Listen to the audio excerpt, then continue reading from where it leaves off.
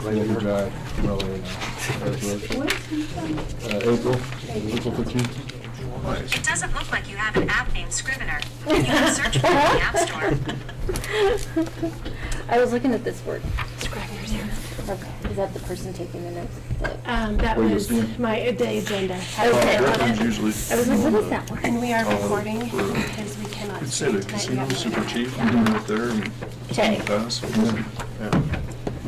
Let's see. It's just about getting away anyway right now. Yeah. That's cool. Yes, I saved on my documents. Counselor Basil brought that to my attention. Thank you for that reminder.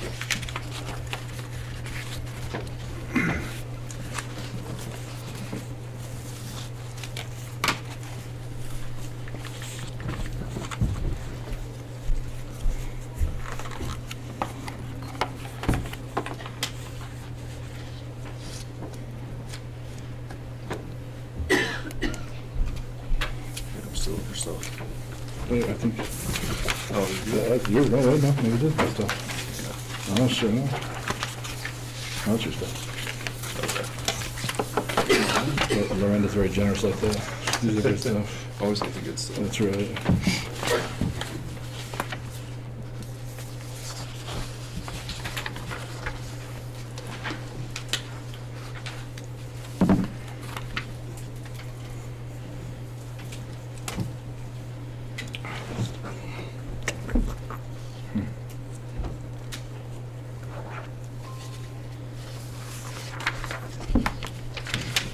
All right, it is 6 o'clock. I'll stand for the pledge.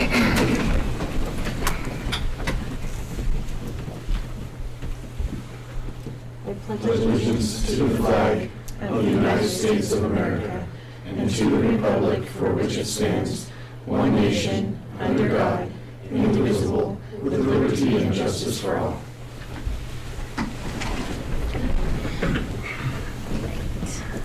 Just a reminder for everyone to silence your cell phones, please. We'll start with roll call. Mayor Sherman, Here. Counselor Basil, Here. Counselor Guerrero, here. Counselor Lundstrom, Here. Counselor Scalisi, Here. Counselor Spradlin, Here. Counselor Tyree. Very good. We'll move on. We have a form. Move on to approval of the agenda. Are there any additions or corrections on the agenda? I actually have one. We'd like to move the fire department discussion to the beginning of the work session instead of the end of the work session. Look for a motion. I believe it was already brought to attention that, actually, you know what? I take that back. Never mind, as you were. Okay. I move we approve the agenda for the regular meeting of February 12th, 2024. With Second. that With change. your changes. Yes. Very good. Any discussion? Roll call vote. We have a second. Second. Yes. You're so quiet. Sorry. I'll speak up. Counselor Tyree, I'm sorry, was that for me? Yep. yes, it is. We're approving the agenda. Okay, I can't hear half of it, but, Oh, yes. shoot. Okay. Counselor Scalisi, Yes. Counselor Basil, Yes. Counselor Spradlin, Yes. Counselor Guerrero, Yes. Counselor Lundstrom, Yes. Mayor Sherman. Yes.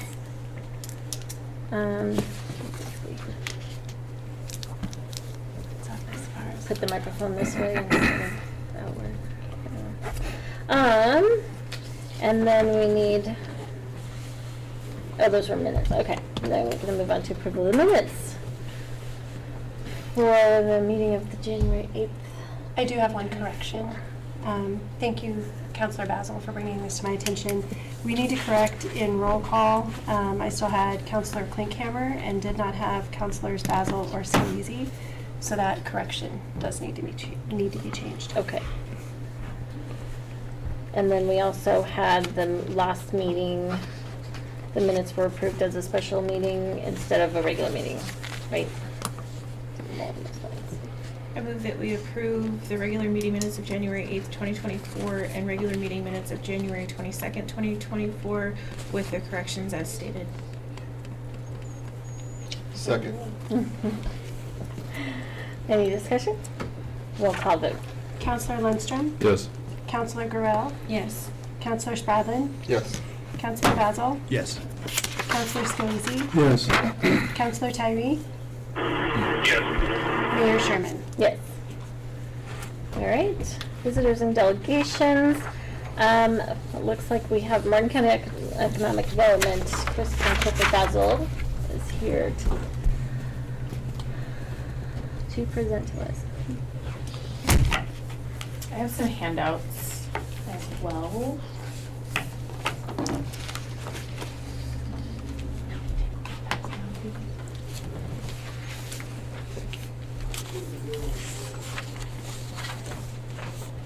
So colorful.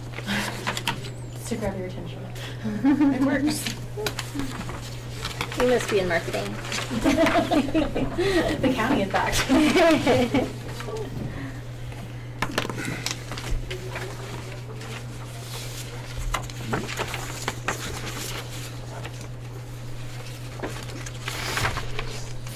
Thank you for having me.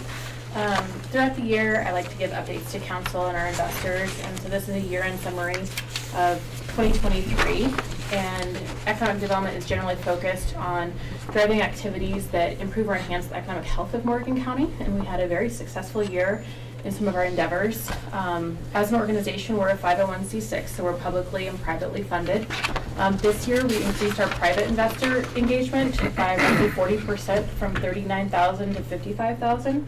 So we've increased our goal for 2024 to be 70,000, which would be in line with our public contributions. So in order to do that, we did hire an investor relations person. So our staff grew by 2, actually, and we'll get to the second one.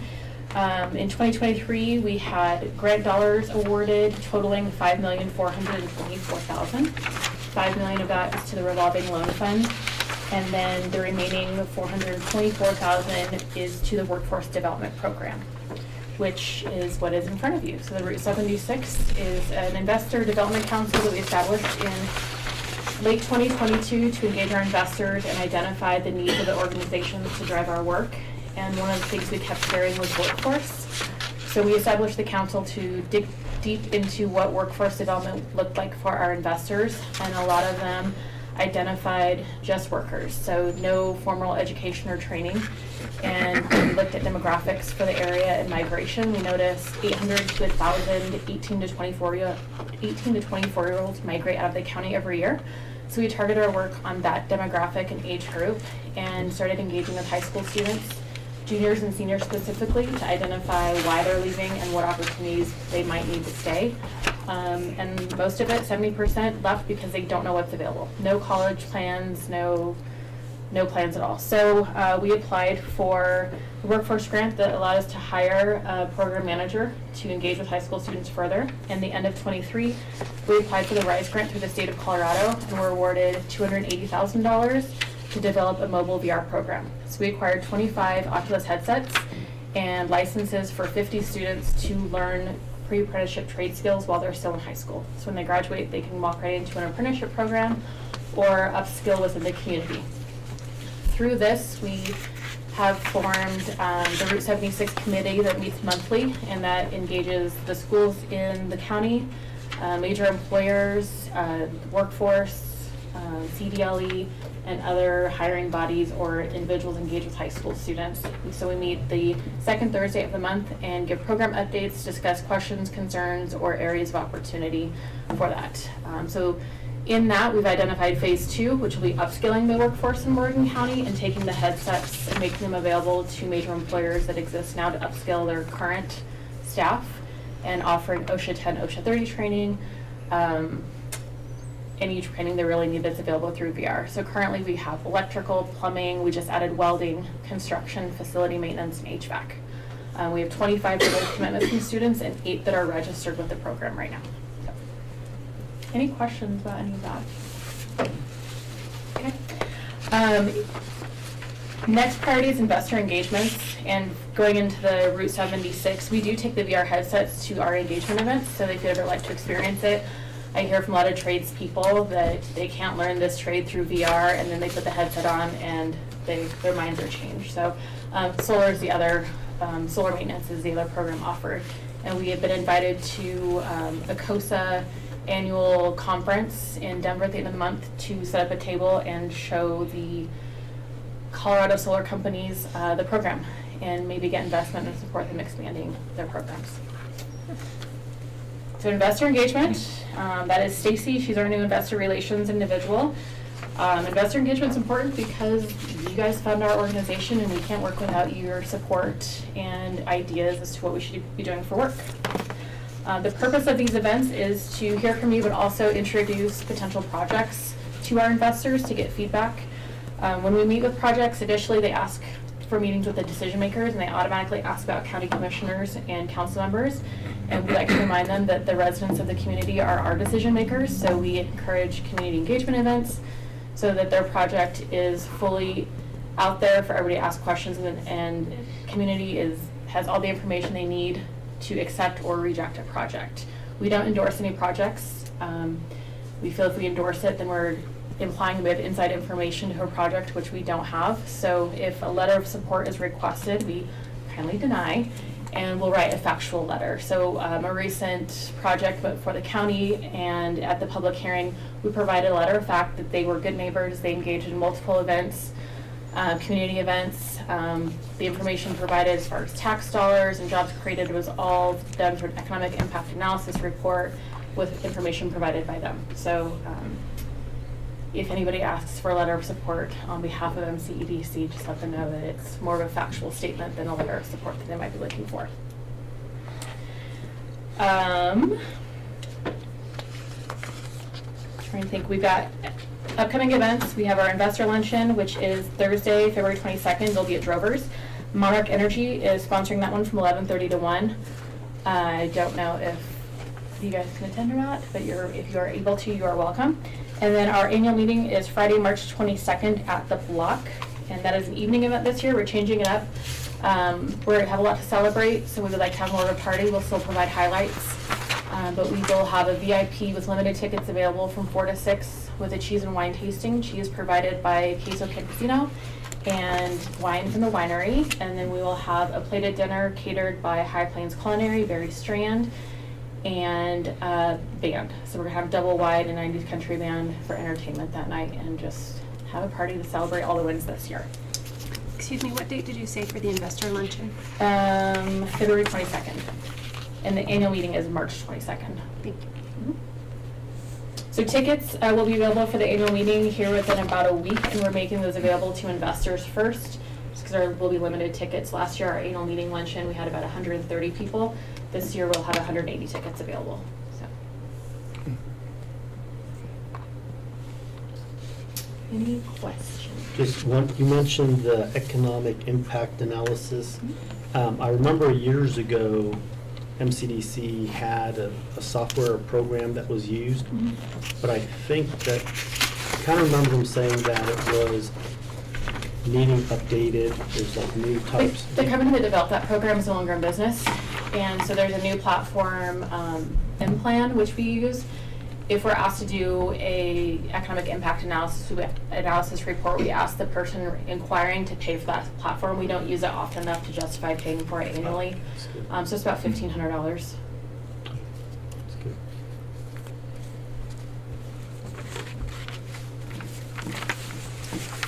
That was a baby tonight. You were very thorough. Yeah, same time, just thorough. Okay. The one last thing is in 2022, we did form the Diversification Foundation as a way to diversify our funding sources and help the community. In 2022, we raised $10,000, and then last year we raised about $24,000, so we have a total of $34,000 in that fund. We'll engage in running the Bobstock Beer Garden again with the Fort Morgan Chamber and splitting those proceeds to raise money. And this year we will have a new vendor, so we will have Budweiser. We're looking at an alternative source. Stay tuned on Very good. Thank you, Kristen. Well, can you give the council a quick update? Tyler gave me a short version of the study that's being done, infrastructure assessments, and you had another name for it. that. IHOP, No, Ayers and Associates, Mike Schultz spearheading. the strategic plan, No, the transition. just transition. Oh, the Just Transition Strategic Plan. The final meeting is going out tomorrow. It is February 22nd at the county building in the assembly room, I believe at 9 a.m. So it'll be an hour to an hour and a half update of kind of how that report wrapped up and final steps to get that project wrapped up. Could you give just a quick summary? Yeah, for those that aren't familiar with that, with Morgan County being a transition community with Pawnee transitioning away from coal, the state created a fund to assist those communities in diversifying to alleviate the tax loss. Morgan County is one of them. We're a tier 1 community, and so one of the things we had to have in place to access the funds is a transition plan. So the first round of funding is this transition plan that we're creating, which will highlight sites available in Morgan County for development. It's mainly Wiggins and Brush. Fort Morgan allocated not to participate because they don't get from Pawnee. And then specific steps for each site of what the needs might be, if it's infrastructure and funding sources that might be available for those sites. I do have a question now that we've talked some more. Is there anything big coming to the county, or is there anything you can share with us on any new economic development that is coming to the county? Solar. Oh, lots of solar. Solar has been the big focus right now. I mean, you guys know about Armbar Properties run through the interstate. I would say that's, and then some activity in Center Point over in Fort Morgan with the market, Les Schwab, the Ford dealership, and then another coffee shop eventually. Very good. Cool. Thank you. Councilor Basil, nothing?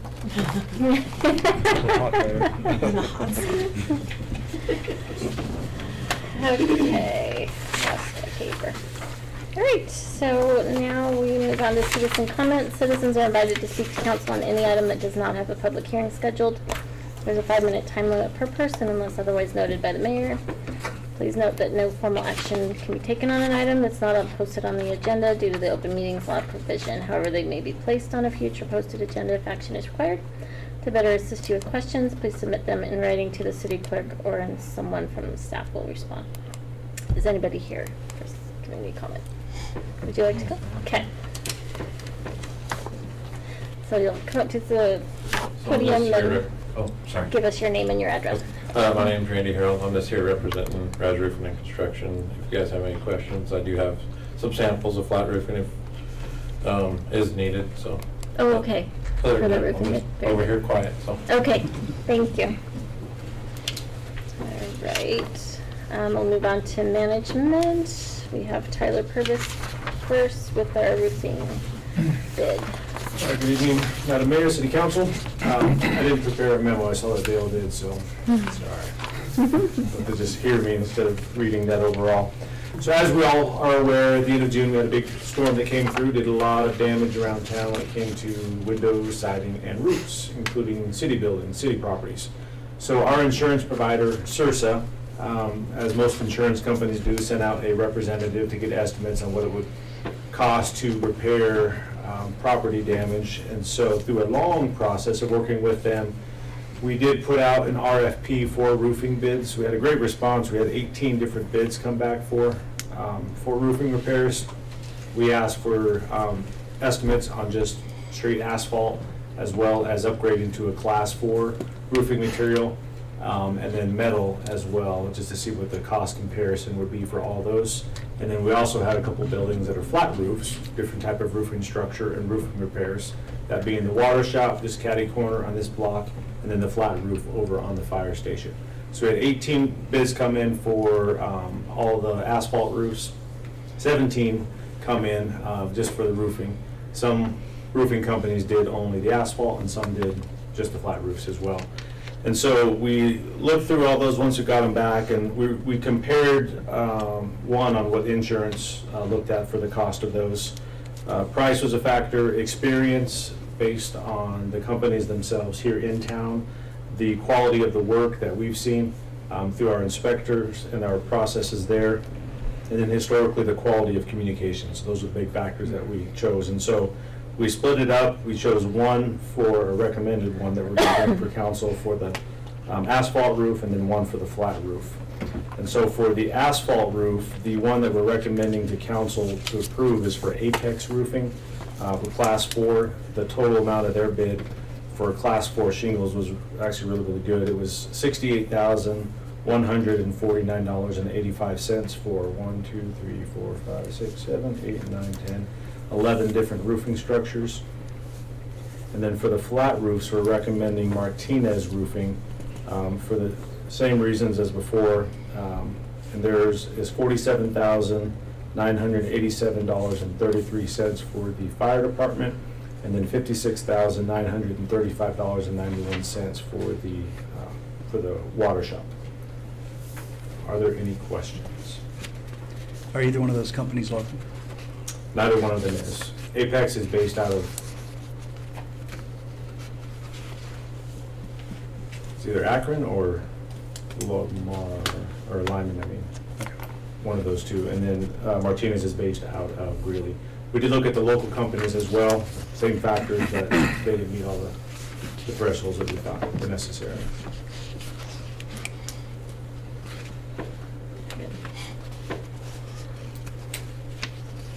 Can I speak about personal experience? Mm-hmm. My personal experience with Apex Roofing is not a positive one. Switching bids or switching numbers at the very last minute, not doing the work on time. There's a lot of houses with their signs out and about, and they've been like that. And it could be insurance reasons, but I found the owner of Apex Roofing not to be completely genuine. So, just my personal opinion. Experience speaks for something.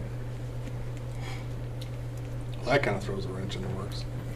Well, again, Councilor Basil was in that role as building inspector, so that's experience that he did have. We had not had that experience with him since then, or I had ever while I was there at the same time. But Were the other bids pretty far off, Tyler? they ranged pretty substantially different. So for the asphalt ones, they went anywhere from, the lowest was 64,000 all the way up to 121,000. And then the flat roofs went anywhere from about 45,000 up to 118,000. Who was the 64,000 for the asphalt? I just have them as bidders listed here, I gotcha. individual ones. But they didn't break down all of the costs, individual costs like we required them to do. They just gave an overall lump sum. Mm-hmm. So Yeah, Apex spend wasn't time. the cheapest? They were not the cheapest, no. Because cost wasn't the only factor that we looked at as well. But they gave you all the stuff you asked for. Correct. Are we doing a Class 4 shingle? Yes, We are, okay. And that's the bid for the Class 4. correct. Okay. And there's a discount, hopefully, Yeah. through insurance? Okay.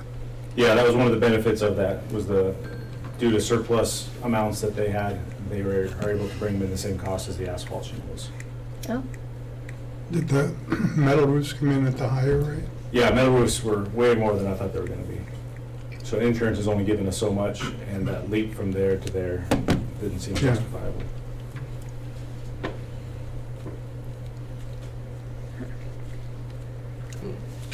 well, I do have concerns about Councilor Basil's concerns. Is there a way to get something in writing that none of these numbers are gonna change? That would be our contract that we would enter in with them. Yeah. I think we just get our building inspector to keep an eye on it. And if, during that process, between now and the contract being signed, if anything is not satisfactory, we would come back to council with a different recommendation. So I think being as you've done all your homework and vetted everything to your satisfaction, taking his concerns into consideration, make sure we keep an eye on that stuff. I'd be fine with that, with your recommendations. All right, I think council, I need We'd look for formal a action. motion. I move we award the bid for the asphalt to Apex for $68,149.85. the fire hall for Martinez for $47,987.33. And the third one's $56,000 and change. I didn't catch you because you talked too fast. Sorry. 935.91. 56,931.51. 935.91. What Tyler said. Second.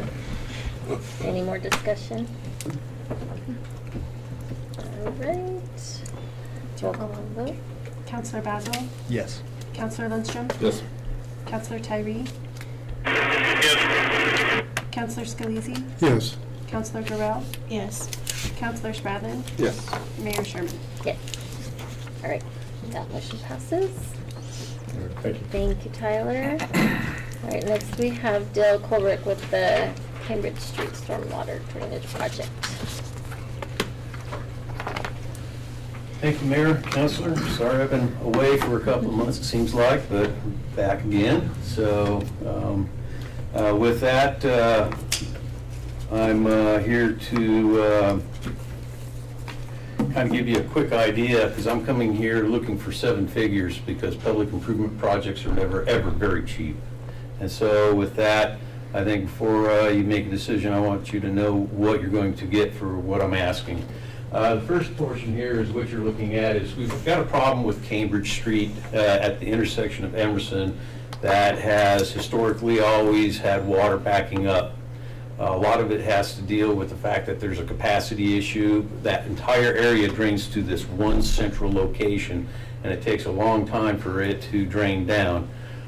With that, we also have quite a few very curious young individuals who like to go flying through there, see how big of a wave they can make with their vehicles, and it's a safety hazard. And the people in that area have put up with this for a very long time. So with that, one of the things that we are wanting to do is improve that drainage, improve that capacity in that particular area.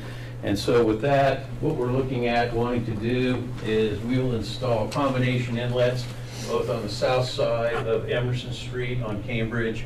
Those will feed through 36-inch lines up to 2 more catch basins on the north side of Emerson, which will then feed a 48, which will then, if I had my way about it, feed a 60-inch line. This is the same size line as what we put into downtown project. However, when looking at this, it would appear that there's going to be some elevation conflict with existing sewer lines if we put in that 60-inch. It does that to me every time. So I'll have to wait for this to show back up again. I actually heard it shock you. Yes. Your And electric so, personality. one of the things we are looking at, so those are the improvements down in this area here, and we wanted to run a 60-inch line all the way out. However, we'll only be able to run a 48-inch line from here to here, and then we'll transition into a 60. Obviously, why are you going to transition into a 60 if you're already starting out with a 48? And that is because eventually we're looking at a Mill Street rebuild.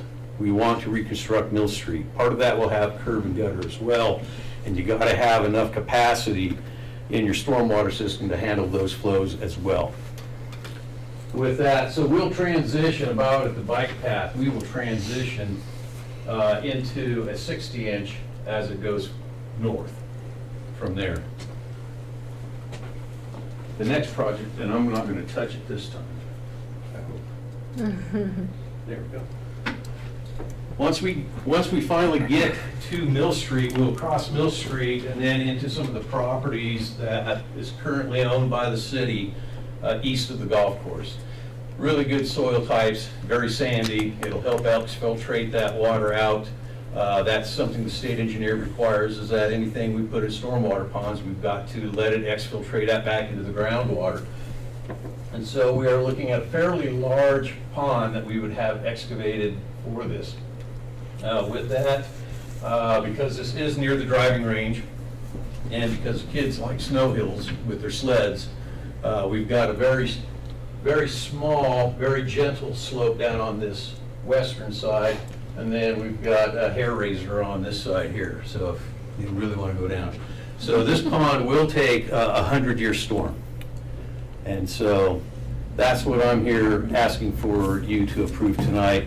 We currently have, we put out for bids and we received 2 bids. One was from Ransom Boone Excavating, also doing business as C&G Pots. And the other one was from another company that's fairly new to the area called Cannon West.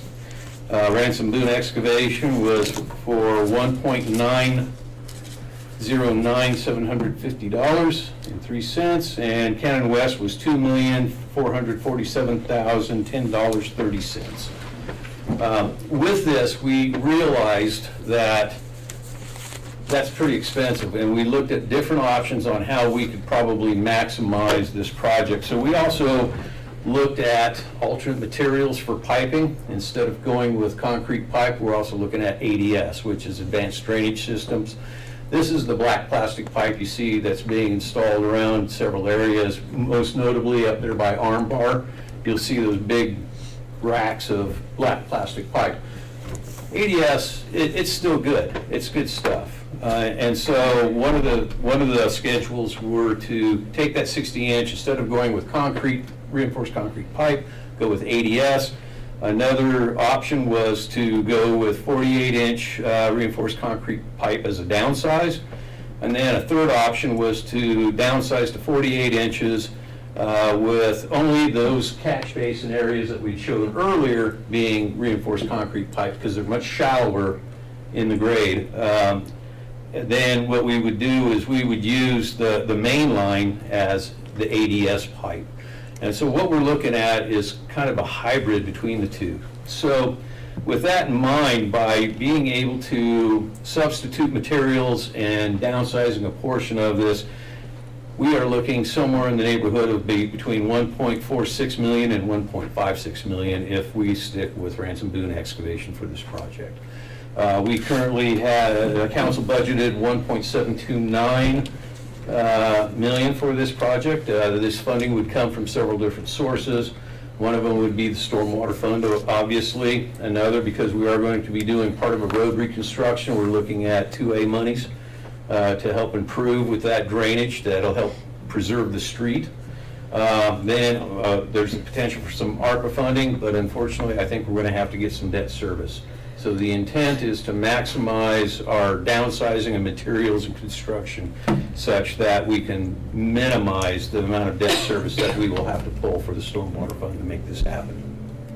And so with that, staff is recommending, as well as the engineer, to council to award the bid to Ransom Boone Excavating as the lowest responsible bid. And I'll be glad to entertain any questions or comments. I probably have, sorry, go ahead. Sorry, I had a question too. My question's probably rather silly. With it being next to the driving range, is there a concern of golf balls getting in, clogging anything, like? No. Okay. No. At worst, someone's going to have to walk down the hill to go get their balls, or otherwise staff will have to go down there and pick them up and resell them. Okay. But there is one added benefit out of this deal. One of the things that we've looked at is, and this is actually just going to be a symptom of this project, is those out there where that driving range is right now, it's very hilly, and you can't see over the top once you swing one out there really far. And so, but in order for us to have to put that pipe in there, we're going to have to knock that hill down, and so we'll probably have to level it out. So one of the side effects of this will be an extension of the driving range, but that's not the purpose, but that's the result. So any of you golfers up here? Does the retention pond go all the way to hospital? No. No? No. No, this is actually a fairly small section. There's still quite a bit more room between the eastern edge of this pond and Hospital Road. I didn't put that far of an overview on it. I suppose I could try to load one up, but if you're curious, I'd be glad to show you. If we develop that land there at all, we can use that in the future? Absolutely. And again, keep in mind that once and I'm going to come back to you again for the reconstruction of Mill Street. It's going to happen.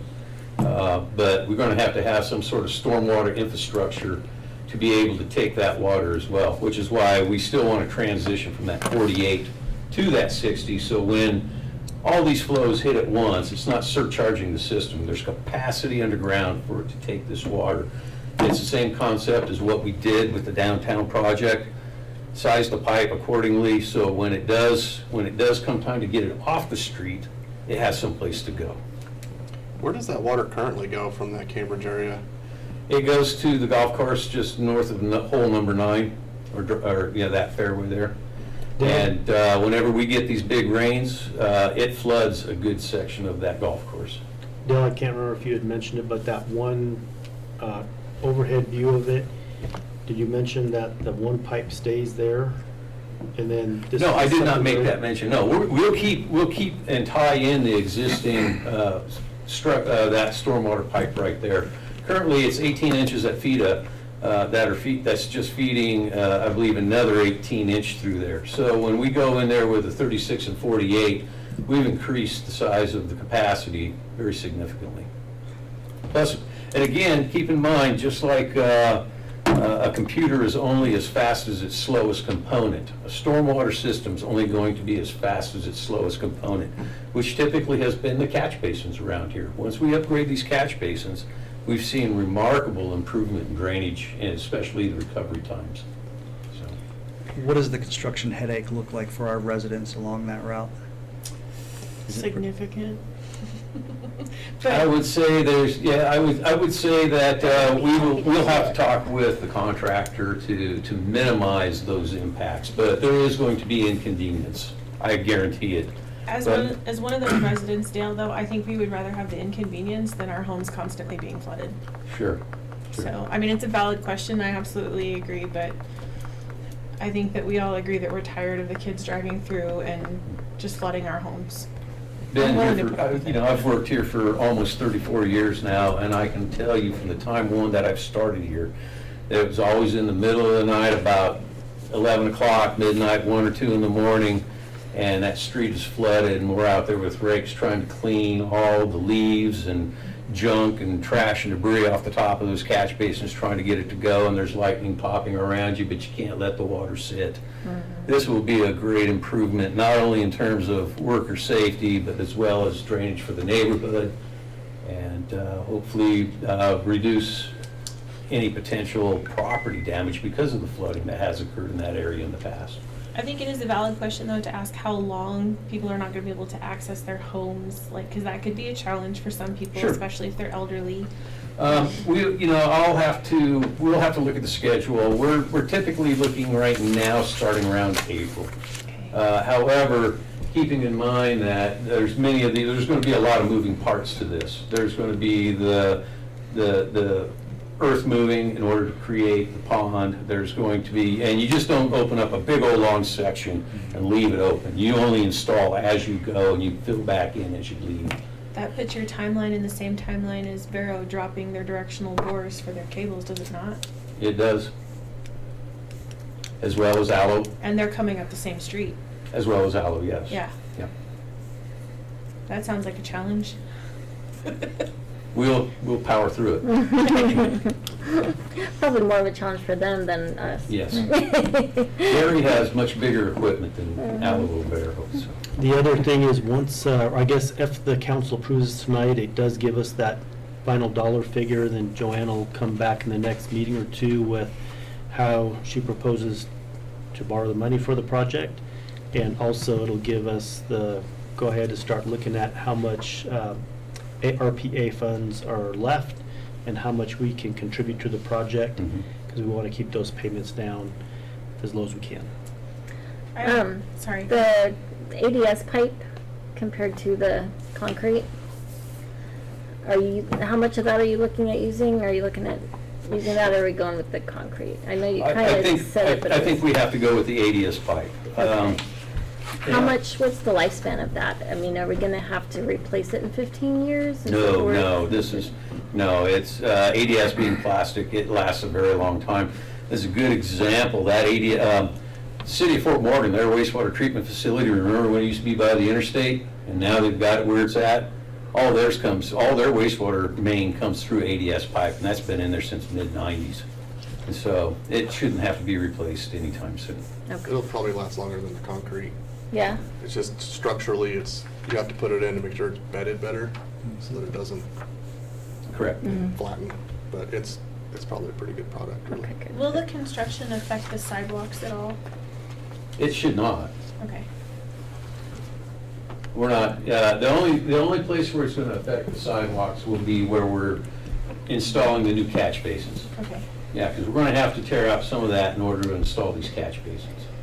But as far as sidewalks going north on Cambridge, that shouldn't affect it. I just know that all that work was put in, and we put in all those ADA compliant curb lines, and we do have, you know, handy capable people within our community that Mhm. need to be able to have access to that. Right. So I assume that if it were affected, that you would be rebuilding it as such. Yes, Okay. this was built into the price.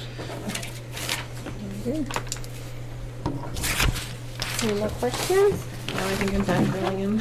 But the plan is plan for the future, and once it may not be in my tenure here that Mill Street gets reconstructed, but it will be one day. Oh, no, it And you won't. gotta go, okay, but you gotta go somewhere with that water. And so this is gonna be just another component. And as was stated earlier, to the east of that pond, if we have to take and if we build out there, that gives some place for that development to drain as well. Because that development will need a retention pond anyway. so Sure. kinda- Yes. Yep, that's perfect. I'll look for a motion on this one. I move that we approve the award of the contract for construction of the Cambridge Street Storm Improvements Project to RBE Excavating. Second? Any discussion? Roll call vote. Counselor Scalisi? Yes. Counselor Tyree? Counselor Lundstrom? Yes. Counselor Spradlin? Yes. Counselor Basil? Yes. Counselor Gorell? Yes. Mayor Sherman? Yes. All Thank you. right, we'll move on to finance. Thank you, Dale. Finance? Finance. I move we approve disbursements and payroll for January 23rd, 2024 through February 12th, 2024 totaling $940,566.88. Second. Any discussion? Roll call vote. Counselor Gorell? Yes. Counselor Tyree? Counselor Basil? Yes. Counselor Spradlin? Yes. Counselor Scalisi? Yes.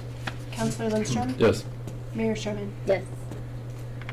All right, we'll go on to staff reports. Tyler Purvis, Assistant Administrator, Community Development. Just two announcements tonight. Talk about a lot of other stuff in work session, but the first one being for the tree board. 'Tis that time of year where we're going to start getting ready for tree planting again. Last year, we tried something new where we put it out to the whole community who might be interested in a free tree for their front yard. So we had a pretty good response from that last year, so we're going to go do that again. So later this week, we'll be putting that announcement out to the community and have different means for them to be able to sign up so we can get a general idea of roughly how many people are interested in doing that. Just like last year, we expect those numbers to dwindle over time because some people change their mind. When we do on-site visits, sometimes it's not going to work in their front yard. But we also have a 50-50 program where last year we opened that up to the whole community as well. For anyone who wanted to get either a second tree or a tree for their backyard, the city would pay half the cost of that as well. So that was also, we also had a good response from that last year. So that'll be going out here shortly, beautify our city for long-term planting for trees. The second item, the Brush School District at their last board special meeting, they announced that the traffic study that we've been talking with them about for quite a long time did come back. They briefly went over that during that meeting, and actually later that night, Dr. Wilson emailed city staff that report. So we're looking at that on the staff level. The school board appointed 2 of the school board members, and I presume Dr. Wilson as well, to meet with city staff to further discuss the traffic study and develop a plan of action from there. But just making council aware of that study. We'll be coming back soon with more information. But you guys have seen the actual study, like all the numbers and where they did it, and you have all the information? Correct. Yeah, it wasn't a summary, it was the whole kit and caboodle. Given the contentious nature of that particular topic between the district and the city, I believe it would be wise and prudent to have at least 2 representatives from council a part of that. I think it's a staff thing, isn't it? It might be, but we had staff, it was told to us before, and we want to protect our staff, that staff wasn't telling us everything. And I feel that we can be ahead of that by having at least one council member present. So the mayor was part of that meeting last round. Was there another council person there? I don't Can't remember if any other. I think the meeting should just be on the record. Yeah. Mm-hmm. I agree. I would agree with that as well. So we'll just record it, and yeah, I don't mind going. It'd probably be a good idea. I'm not saying that there's any ill will, you know, I'm not saying that at all, but just because of everything that has happened and where it has been stated that staff was not giving us all the information, I think it's important for somebody from council to participate. There's been a lot of miscommunication, so it's probably. Yep, we can do that. Going back to your tree discussion, is education provided to the public on the types of trees, how to care for those trees? Yes and yes. Okay. The types of trees, we don't know just yet. We have to wait to hear back from the nurseries on availability. So right now, we're just getting we want to get a list of how many, as far as quantity goes. And then one of the requirements, I say that loose because we don't mandate it, but we highly encourage everybody who does get a tree to come to the free workshop that we offer ahead of time to show them how to plant it, how to care for it. Okay. Thank you. All right, thank you. Thank you, Tyler. Chief Flecksteiner. Evening. So there was a few complaints that I was asked to just speak about tonight. One happens to be kind of an ongoing issue, I know, with the camper trailers, motorhomes and such. I'm just hitting on the fact that we are outside of the Memorial Day, excuse me, and Labor Day time period. So folks that do have trailers, motorhomes, et cetera, outside their homes, they're allowed to be on the roadway, but they're not allowed to be there longer than 72 hours within a 7-day period. Once we get past May into Memorial, summertime-ish, they are allowed the opportunity to be there for 120 hours. So we do encourage anybody, if there's any complaints or anybody sees anything like that, feel free to give us a call. I've already directed my staff to be on a proactive lookout for these kind of things because it's a yearly thing. I think just the way the ordinance is worded, it just leaves people unconcerned or unsure about what to do. So I think just a reminder once an occasion is probably a good idea. The second thing was identified was we've had a couple of complaints of semis being parked in town. I took an active approach the last couple of weeks to kind of go around town and seeing. We do have signage for the most part of interior town being between Hospital Road and Colorado and a little bit to the east, where you're not allowed to have a vehicle over 6,000 pounds on the side streets. I did notice during my, looking at the signage isn't really available on the west end of town, which is where one of the items or one of the semis is parked. So I'm going to get with Dale so we can see if we can get that signage more consistent across the town, and then make a better approach.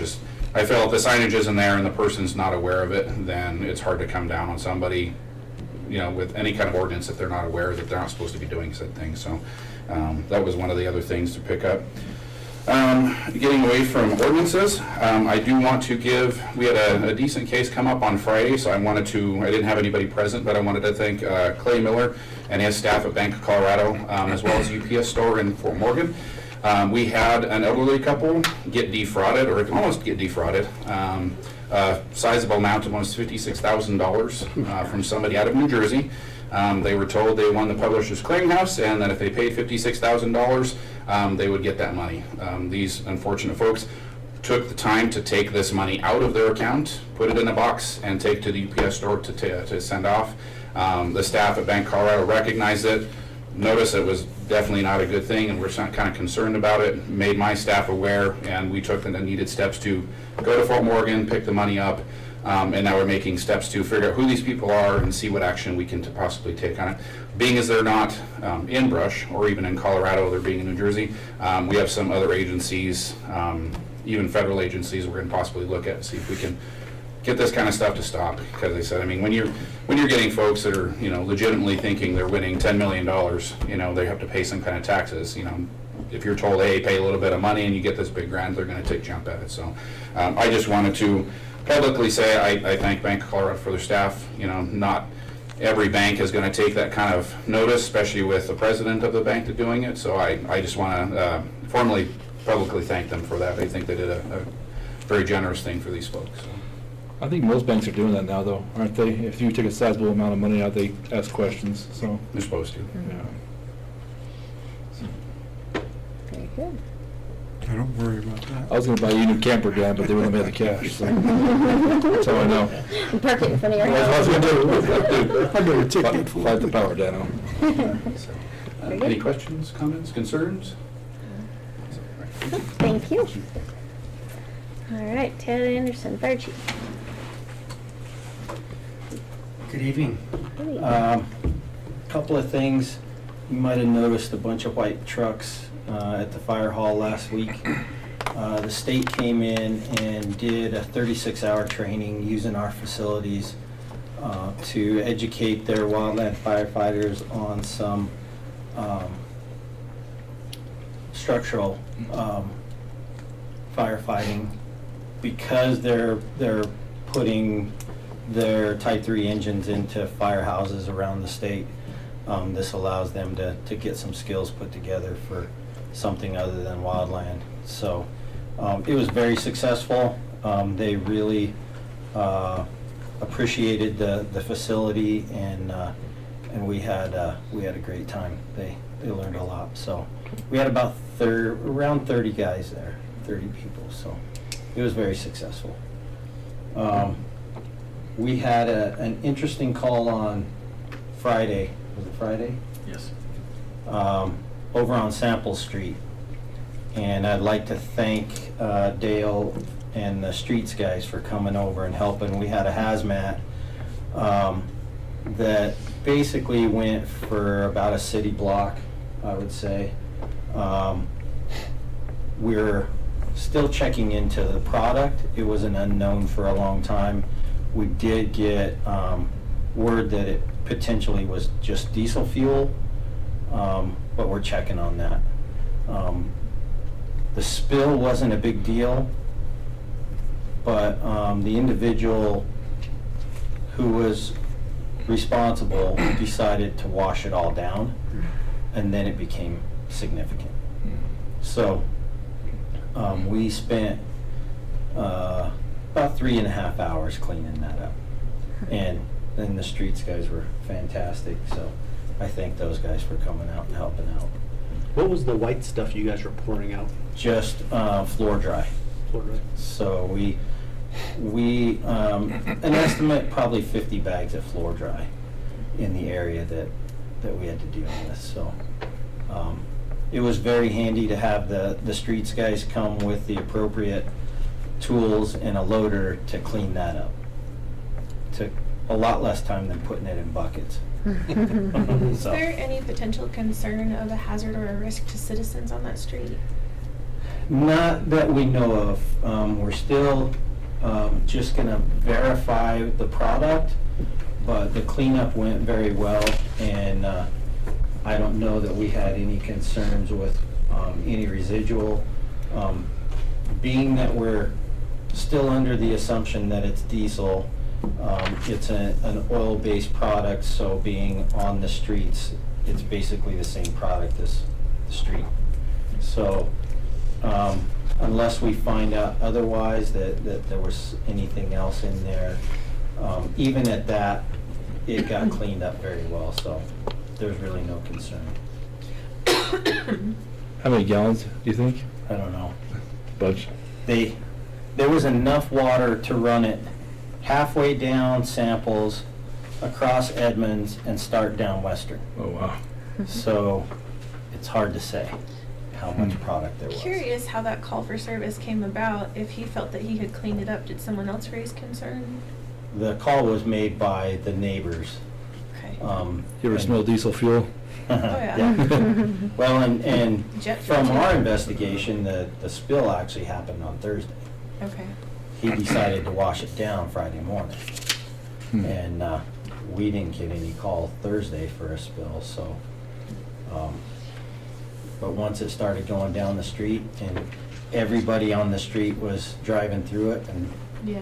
pulling it into their garages, and it became a real mess. Does the department train with hazardous materials, or what's, Yeah. is you guys up to We date? had 2 technicians on scene and then, and 2 rookies actually. So, but yeah. We do the best we can keeping guys trained up for hazmat, and we deal with it more and more all the time. So that's all I have. Any questions? No. Thank you, Doug. Thanks. Dale Kolwick, Director of Public Works. Thank you, Mayor. I too would like to thank the fire department, the technicians, and everybody they had out there. They really got on it where they needed to, when they needed to. They stopped it from actually getting into the storm drains themselves. So they reacted quickly, very professionally, and very experienced. And so I would like to, again, tip my hat to the fire department because they were able to contain it before it became a serious environmental hazard. So, with that, I would say that asphalt patching is still ongoing. We've been taking advantage of some of this beautiful weather we've had, and of course, I think those of you who are on council know that we bought a infrared heater and a hot box, and these guys have been going around and picking up a lot of the smaller damages still from last winter and working those over. And some of the other areas we've been looking at is some of these bigger cracks that are developing across some of the roads. You drive down it and you hear thump, thump, thump, thump, Boulevard of all, I was going to say out at Brush Village, Princeton Court. There's a lot of areas up around that Howell and Samples Loop. We've got these cracks. Some of these larger ones, we're going to wait until we actually can get the asphalt plants to fire back up so we can hit them at a higher rate than what's going on. But I really like the way that this is turning out. Try to get things ready to go for when we do surface preservation this upcoming summer. And yes, fiber optic companies are going to be in the way, and we're going to be in their way. So when we do the surface preservation. So street crew's been doing a good job in trying to get some of this fixed up. Just recently completed about a month's worth of ditch company and reservoir meetings. Things are looking really good water-wise. We've got good moisture, good snowpack. Reservoirs are full, so that always works in our favor. But keep in mind, it can go south in a hurry. We still have March and April to go through. That's our snowiest month. That's when we get a lot of snowpack. And if we have to if the farmers in this area have to irrigate up, it's really going to create some issues. And so hopefully we get the good rains and we get the snowpack and we have a good summer as far as irrigation and our water resources. So. Also, the big news running around is we've got several fiber optic companies in town trying to install fiber. There's Viero. They were mainly doing down 34 with a backbone trying to get the businesses. But then we have Allo and Vero, two different companies that are looking at going they're wanting to do fiber to home. And with that, they've been hopefully contacting residents and letting them know when they're going to be in the area. And I think so far that they've reached out to quite a few residents. They're not always successful in reaching everybody, but if you have a constituent out there somewhere that wants to know what more is going on, what's happening, please send them my way. And so it's going to be a busy summer. They're very aggressive. They want to get it in and get it done and get it out of there. Tyler's been very instrumental in making sure that these two companies cooperate with these installations and that the least amount of inconvenience to our citizens and that the quality of the product is what we're really looking for as well. So, one of the things that surprised me a little bit was I just naturally assumed they're going to go do all the backyard easements, but a lot of yards have front yard easements as well. So it's going to be, depending on the part of town, some of these are going to go through the backyards, some are going to go through the alleyways, some are going to go through the front yard.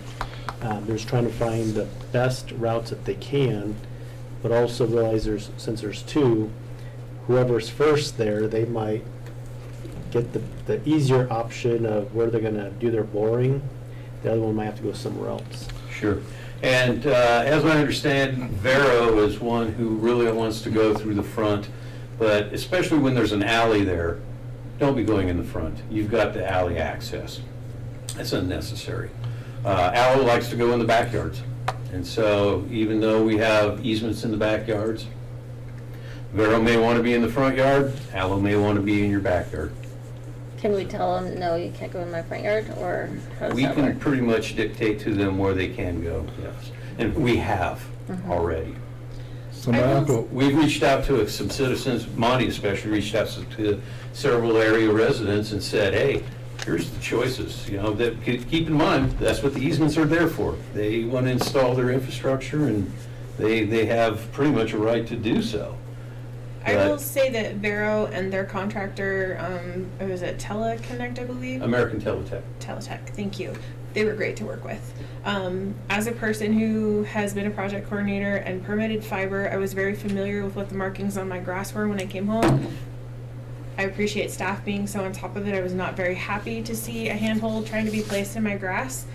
But Vero came out, the Teletech guys, they came out, and we had a great conversation, and they easily moved the handhold to my rock bed instead of my grass. Sure. And it was very simple. So I would encourage citizens who may be feeling frustrated by the hot pink paint to just reach out to staff and say, can you help me connect and we can have this conversation.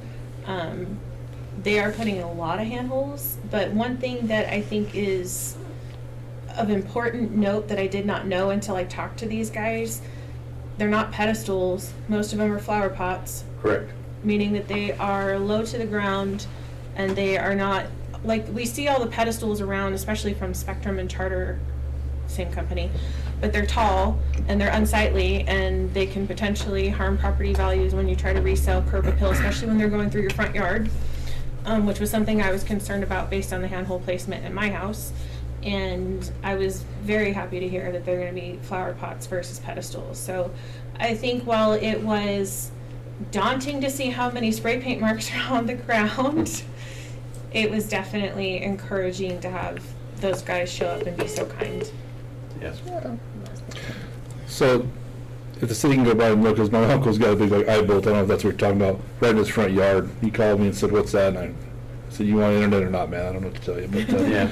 Well, and the other thing that really needs, and this is what I do stress to the fiber optic companies, these installers, because there's a company and they have subcontractors doing the installing. But I do reiterate to every last one of them, and we've had meetings with them, and we will continue to have weekly meetings with them. Patrick will be going to these guys. That we may have a right-of-way that's 60 foot wide, but from back of sidewalk to back of sidewalk, that may only be 50 feet.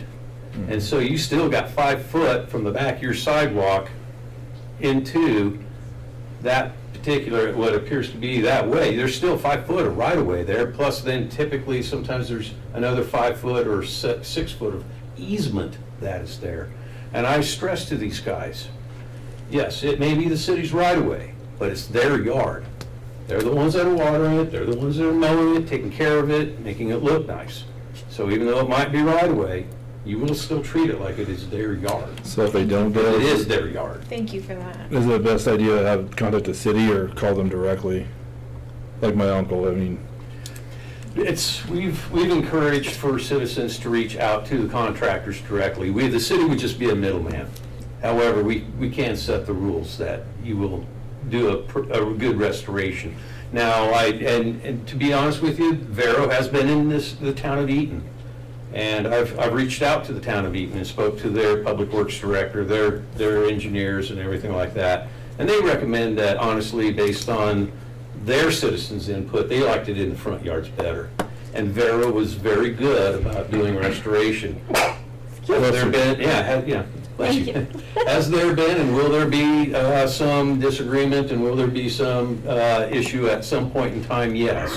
However, those guys in Eaton did say that they do go out of their way to make sure that the resident and the property owner is satisfied. And so they will take that extra step if the property owner is dissatisfied with the way that it's turned out. Dale, who did you say likes to use the alley right away? Pardon? Aloe likes the backyards. For example, if you go over to like that Princeton, Cambridge, Stanford area, all the backyards are back up against each other. And there's just an easement in those backyards for utilities like telephone, gas, electrical, and electrical and such. So Allo likes to use those backyard easements. It's Vero that likes to go out front. However, it's like Monty said, those easements are there for a purpose. And so that's where they really should be trying to install those. And Dan, if I can cut in, if you're talking specifically about the alleyways, if there's an alleyway, they both should be using the alleyway. Okay. Yes, yes. Okay. If there's an alleyway or some other right-of-way adjacent to the property, then that is what they're to use. Because there was some areas where there was an alley behind these residences and they were wanting to go through the front yard. And it's like, no, guys, that's not how it's done. Thanks for clarifying. And they are supposed to contact the citizens? Yes. Before they do anything? Yes. Will there be somebody who falls through the crack? Absolutely. It's just the nature of what these types of projects do. However, we want to make sure that the property owner or the citizen reaches out to that company first before the city gets involved. If they can't get resolution, by all means, come to us. We'll take care of it. 6 or 7 years ago, the council asked, is there a way that we could find some other internet providers? And everyone we talked to just said, no, it's not going to work. And then all of a sudden, after the one phone call, probably like a year ago, all of a sudden everyone's here. So, And hopefully that will bring more affordable internet to people, More competition for sure. Yeah. I know the alleyways are sometimes pretty busy when you're trying to dig stuff up in them, so I'm hoping they're putting them in locations that don't make it more difficult to reach really deep things. Yeah. Like sewer lines. Me too. And that's just pretty much it for the moment. Any questions, comments? Okay, Thank you, Dale. Joanne Gosling, Finance Director.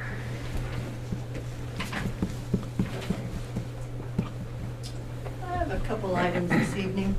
The first was Excel is in the process of going through businesses and upgrading the fluorescent lights to LED lights.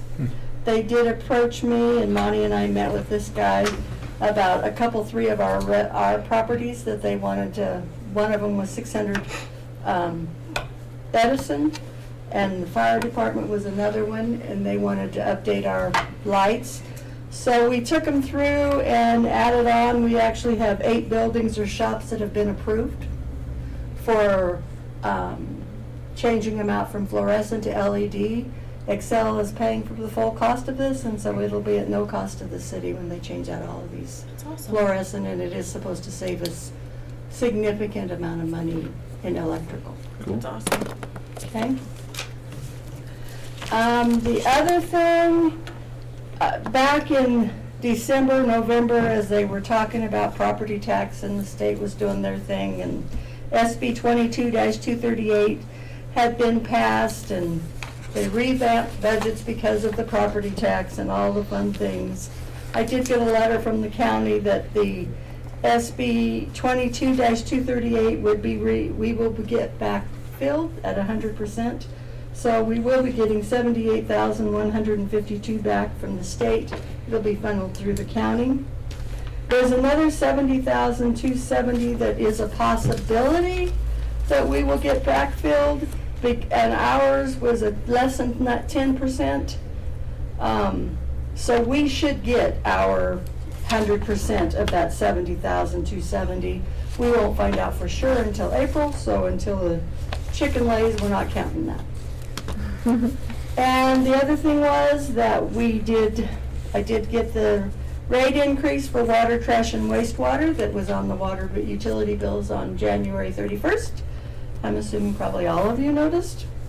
That was approximately $8.90 per residence, the increase. It was a 6% increase for water, a 10% increase for trash, and a 7% increase for wastewater. And the trash and wastewater, will continue through resolution through 2025. The water, this was the last year for that resolution, so in order to get that on in January, which we do definitely need to do, we'll have to come to council probably in November or December, a new resolution to continue that at whatever percentage we feel that we need at that time.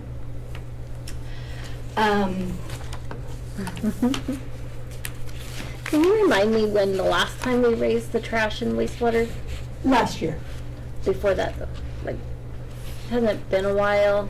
I mean, They've did that been, a we little were bit doing it here. the Denver Boulder CPI. Okay, and then we just And now we've switched it switched to okay, this that's what it percentage that was. seemed to work a little bit better. Yep. Because you had to wait on the Denver Boulder CBI, and by the time you got it processed and put together, you were partway through the year, and this way you can do it the first of the year and get a full year's worth of revenue. Okay. Are you okay? No. I'm sorry.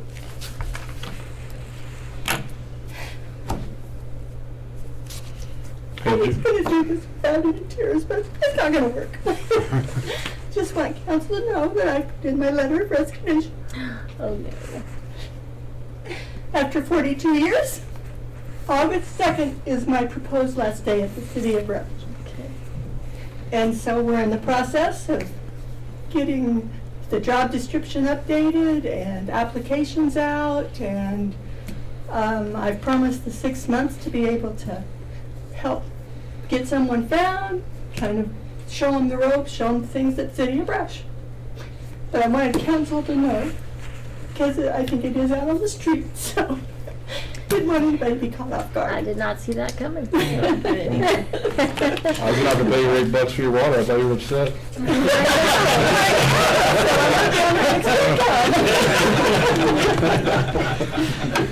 Thank you, Joanne. Thank you, Joanne.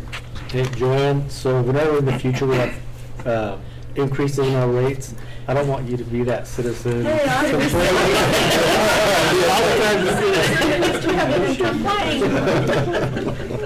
tell you what you're doing right and wrong. All right, Lorraine, back to City Clerk.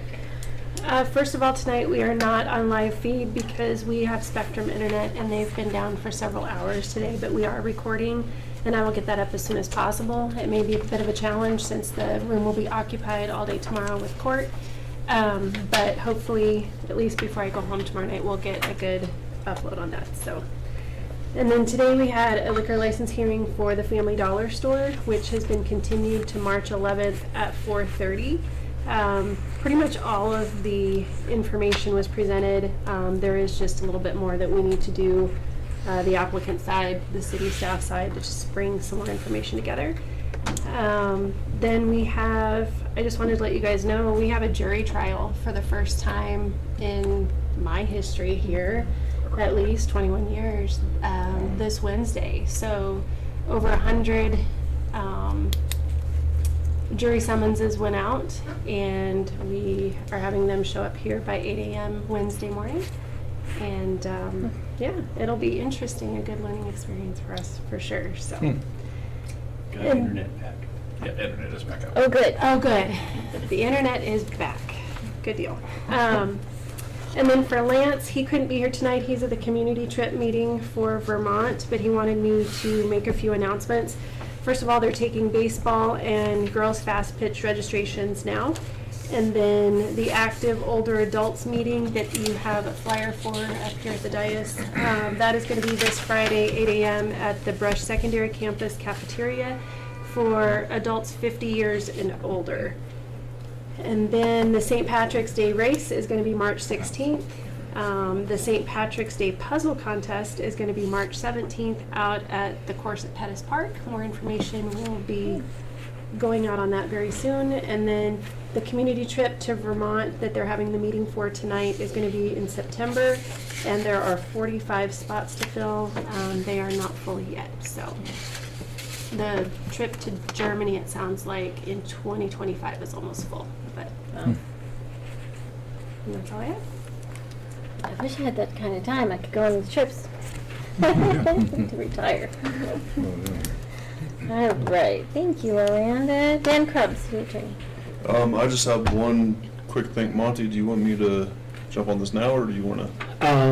Go ahead and start, and then we'll put it on the next agenda. I hate doing this to you guys. Everyone knows inflation has been terrible. I haven't changed my rates since 2016, so we're coming up on almost 10 years, 8 years, I guess. I was just looking at my email. I got some kind of comps from different different towns, and that email was from November of 2022. So I intended to do this last year. I held off for various reasons. I think we're in a better spot now. Staff is really stepping up. People are filling in. So I provided the council with a memo.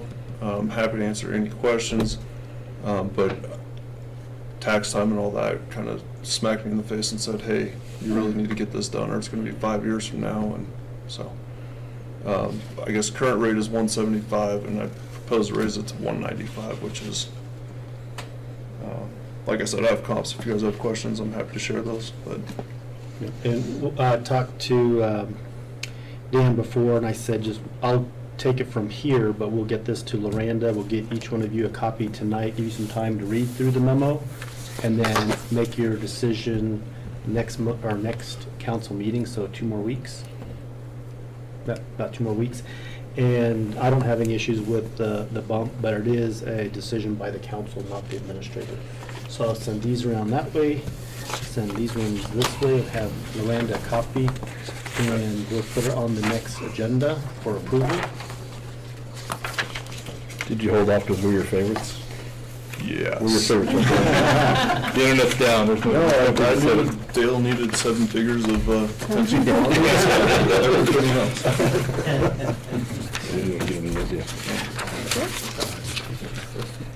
Thank you, Dan. Does anybody have any questions for Dan?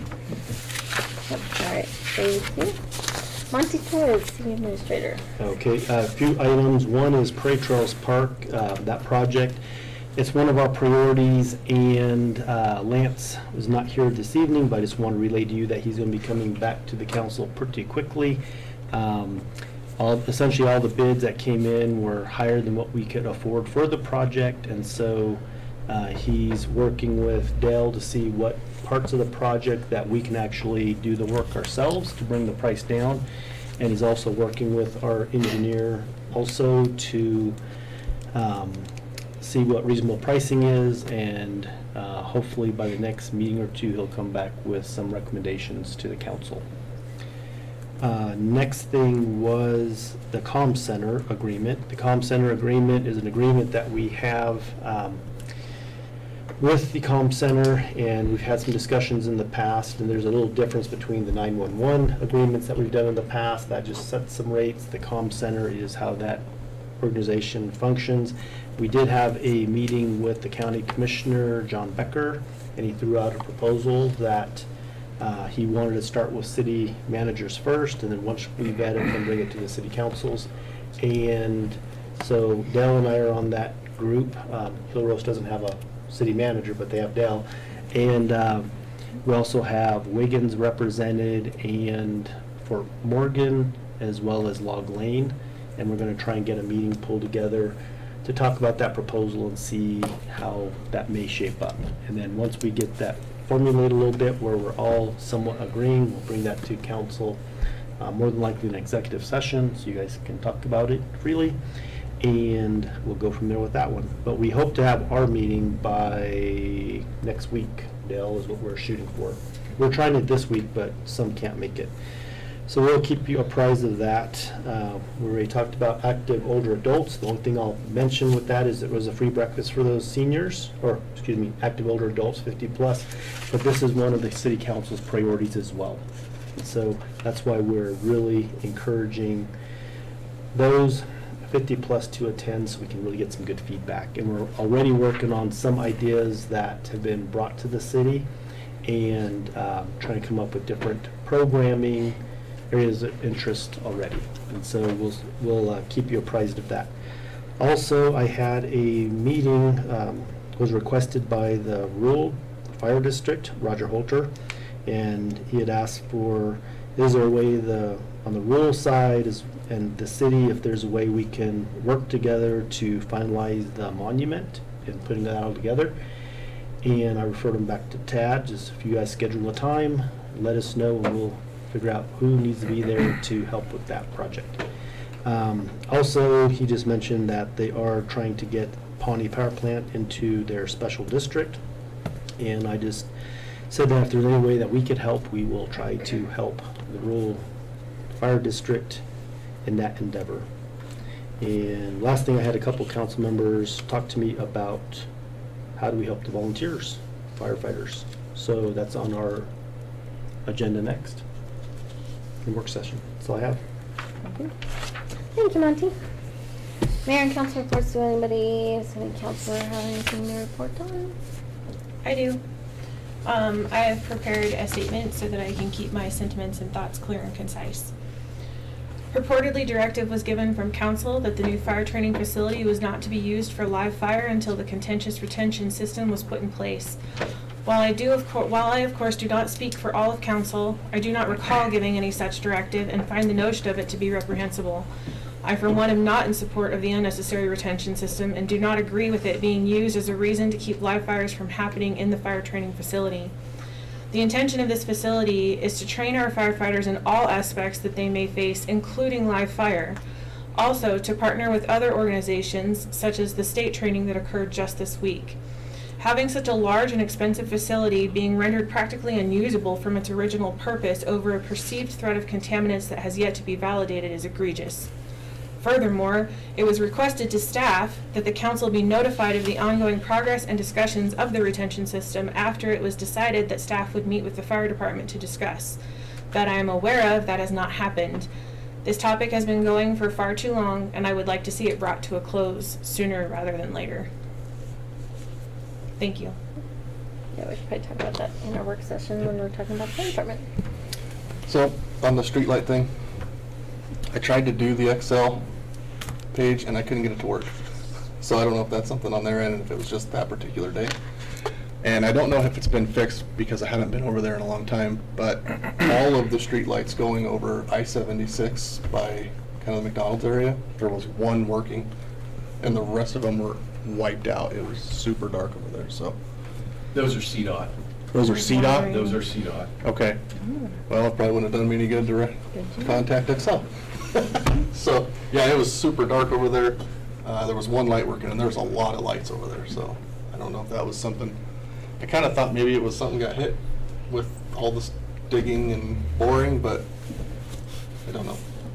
And we'll keep up our monitoring with the police department. They're kind of watching things at night as they do the patrolling. And I know last time I reported, Brandon had turned in some of those already. I don't know how you guys do it, because the only reason I was even looking at the streetlights is because we were talking about the streetlights.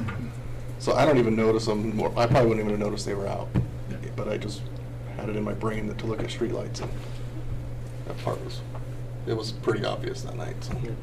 And that, citizens can turn it in, and then if they're uncomfortable with going online and doing that, they can always call our front desk. Okay. So do we contact CDOT directly, or do you guys have a contact for that? Dill. I'm not sure who contacts, if that's CDOT local, or if they have another unit out of Greeley. Okay. So. Well, I probably better check it again, make sure that they didn't just magically come on, or that the problem's been addressed, but. I see that a lot with CDOT lights in the middle of the day, like over at Dodd Bridge at times. Lights are on in the middle of the day, and then other times they're not working at all. Okay, that's all I had. And if it's really dark, it's hard to tell if there's not a light on, or if there's not a light there to start with, or if it's burned out.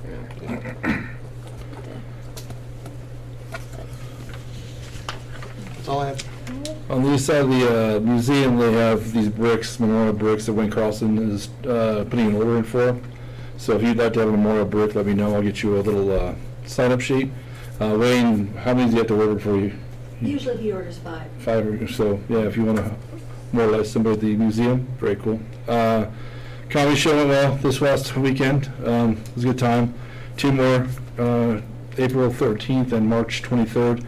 We're excited for the April one. There's a local kid who's been in LA doing comedy this whole time, and he's actually going to perform for the first time in his hometown on the April show, Eric Rocha, so that's pretty cool. Also, if you help get the word out when you see the show, please do. It does help get people out there, eat and drink and support that golf course when there's nothing else going on out there, so helps with some money, So, that's all I got. I don't have anything that hasn't already been said, so I would look for a motion to adjourn. Move that we adjourn. Second. All in favor say aye. Aye. All opposed? Nope. All right, we are adjourned and we'll move into our work session.